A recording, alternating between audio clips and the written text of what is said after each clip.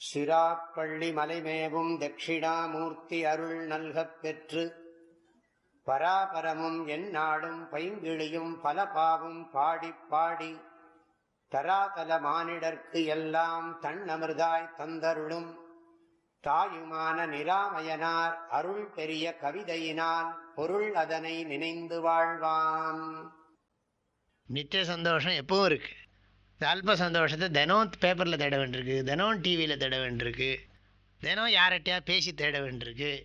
அல்ப சந்தோஷத்தை தேட வேண்டியிருக்கு, தினம் தேட வேண்டியிருக்கு, தினம் யாராவது ஒருத்தர் வேண்டியிருக்கு. ஒரு சமயம் யாராவது ஒருத்தர் அதுக்கு தேவைப்படுறது. ஆனால் இதுவோ என்னென்னா, இது நம்முடைய ஆனந்தமாக இருக்கிறதுனால ஒருத்தர் துணையும் வேண்டாம். அது பரதந்திர ஆனந்தா, இது ஸ்வதந்திர ஆனந்தா. சிவானந்தா ஸ்வதந்திர ஆனந்தா. மற்றதெல்லாம் விஷயானந்தமெல்லாம் என்ன, பரதந்திர ஆனந்தம்னா இன்னொன்று டிபெண்ட் பண்ணி இருக்கணும்னு அர்த்தம். கீதையிலே பார்த்தோம், 54வது ஸ்லோகத்துலாம் பார்த்தோம்.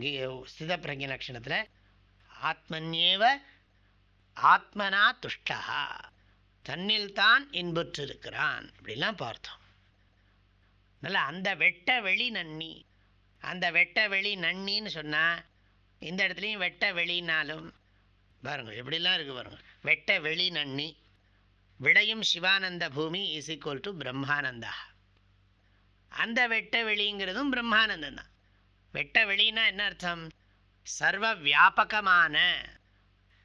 வியாபகமான எதையும் சார்ந்திராத ஆனந்தம் என்று பொருள்.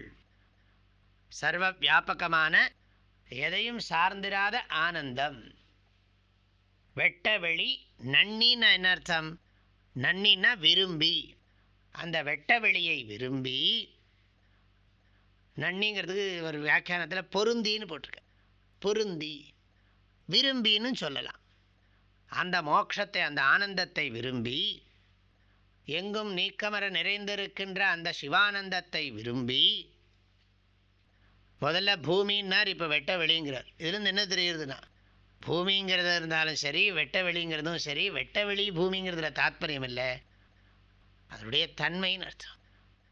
ஆனந்தம் விளையிற இடம் அப்படின்னு சொல்கிறார். எங்கும் பறந்து இருக்கிற இடம் அப்படிங்கிற மாதிரி ஒரு கருத்து படும்படி சொல்லப்படுகிறது. அல்ல, பூமி என்பதிலோ வெளி என்பதிலோ இங்கு தாத்பரியம் இல்லை. எங்கும் நிறைந்த பேரானந்தம் என்பதே இதன் பொருள். அதை விரும்பி துஷ்ட இருளாம், துஷ்ட இருளாம்னா என்ன? துன்பத்தை தருகின்ற அறியாமையாகிய களையை களைந்து, அந்த வெளிங்கிறதுக்கு சம்ஸ்கிருதத்தில் வியாக்கியானத்தில் சிதாகாசம்.